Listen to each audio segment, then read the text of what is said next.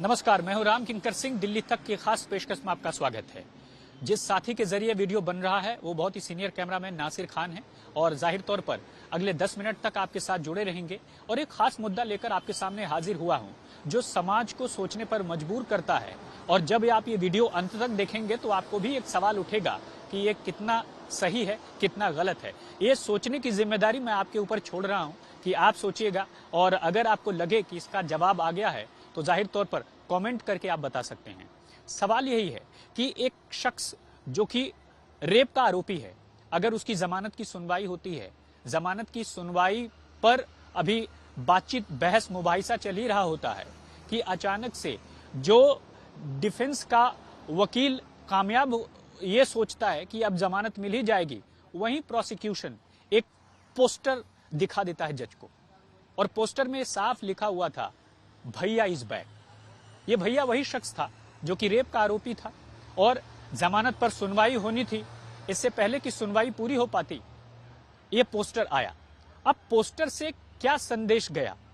तो प्रोसिक्यूशन ये कामयाब रहा ये जज को बताने में कि रेप का आरोपी इस तरह से अगर जमानत होकर समाज के बीच जाता है और इलाके में उसके बड़े बड़े पोस्टर्स लगते हैं और साफ लिखा जाता है उस पर भैया इज बैक, तो जाहिर तौर पर बहुत सारे सवाल उठते हैं। जज साहब ने भी कमाल का फैसला दिया। उन्होंने कहा भैया से कह देना अगली सुनवाई तक वो बहुत ही केयरफुल रहें। अब क्या जवाब आएगा ये देखना होगा। ये मैं इसलिए कह रहा हूं क्योंकि 14 पंथ मार्ग यानी दिल्ली बीजेपी का जो कार्यालय है वहां पर शाम के वक्त मीडिया से दूर संगठन मंत्री, संगठन महामंत्री और साथ ही साथ दिल्ली बीजेपी के अध्यक्ष ये सब मौजूद थे। वो 8 भाजयुमो यानी भारतीय जनता युवा मोर्चा के कार्यकर्ताओं का माला पहनाकर स्वागत किया गया।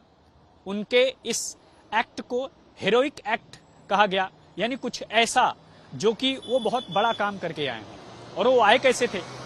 14 दिन की तिहाड़ जेल की हवा खाकर वो यहां लौटे। अब हवा किस मामले में खाई? हवा खाई कि उन्होंने 30 मार्च को दिल्ली के मुख्यमंत्री अरविंद केजरीवाल के घर के बाहर न केवल गेट पर काली पोती गुंडागर्दी की, बल्कि वो धाराएं कोर्ट ने लगाई जिसमें सीसीटीवी से छेड़छाड़ करने, जो बूम बैरियर था उसको तोड़ने, इन सारी धाराओं के तहत मुकदमा कायम हुआ। और उसके बाद जैसे ही कोर्ट स्टडी पूरी हुई वह जमानत पर छूट गए।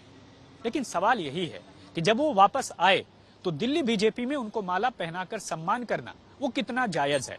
मैं ये नहीं कह रहा हूं कि ये गलत है या ये पूरी तरह से सही है, लेकिन सवाल इसलिए उठ रहा है क्योंकि सत्ताधारी आम आदमी पार्टी ने साफ तौर पर बीजेपी को गुंडों की पार्टी कह दिया और कहा कि अगर आप आम आदमी पार्टी को देखें तो बड़े पढ़े लिखे लोग, डिग्रीधारी लोग हैं, जबकि बीजेपी को अगर देखें तो वहां पर गुंडे हैं और तकरीबन 50 से ज्यादा ऐसे लोग हैं जिन पे ऊपर क्रिमिनल ऑफेंसेस दर्ज हैं।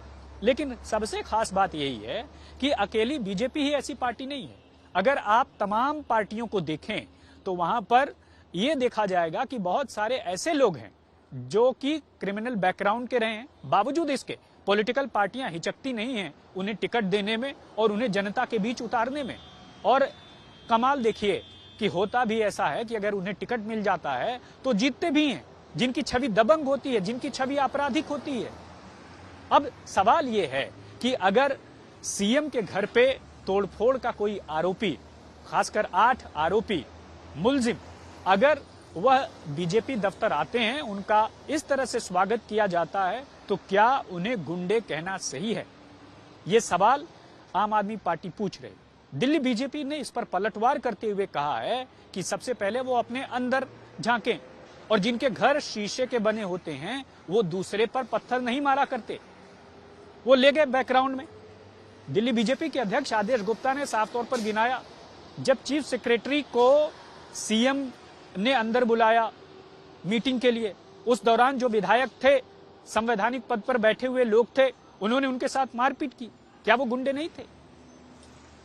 क्या अमानतुल्लाह खान ने जो किया वो एक प्रवृत्ति नहीं थी ऐसी? या फिर जो दिल्ली दंगों के आरोपी उनके पार्षद हैं, क्या उनको गुंडा नहीं कहेंगे? तो आमतौर पर ये जो पलटवार और आरोप प्रत्यारोप का सिलसिला लगातार एक दूसरे पर चल रहा है। मैं तो ये कहता हूं कि कौन सफेद, कौन सबसे ज्यादा उजला है, कौन सबसे ज्यादा काला, वह एक दूसरे को हर कोई कह रहा है। लेकिन सवाल यही है कि इसमें कानून कहां है?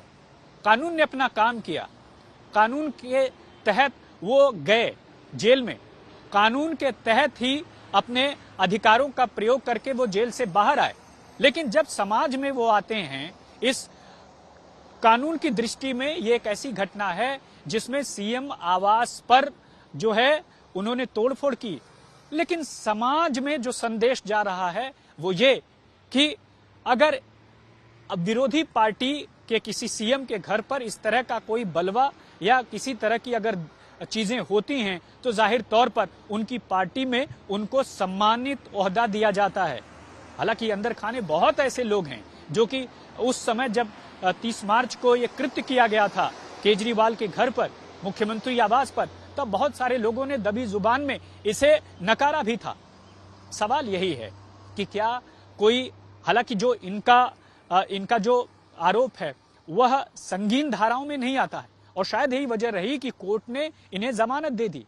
लेकिन सवाल यही है कि अगर समाज में इस तरह की टेंडेंसी, इस तरह की प्रवृत्ति अगर बढ़ती जाएगी तो समाज के और लोगों को क्या संदेश जाएगा कि अगर किन्हीं चीजों से कानून टूटता भी है लेकिन फिर उससे सम्मानित होने की अगर आस बढ़ती है या सम्मानित होने की उम्मीद जगती है या नेता बनने की उम्मीद जगती है तो क्या उसे तोड़ देना चाहिए?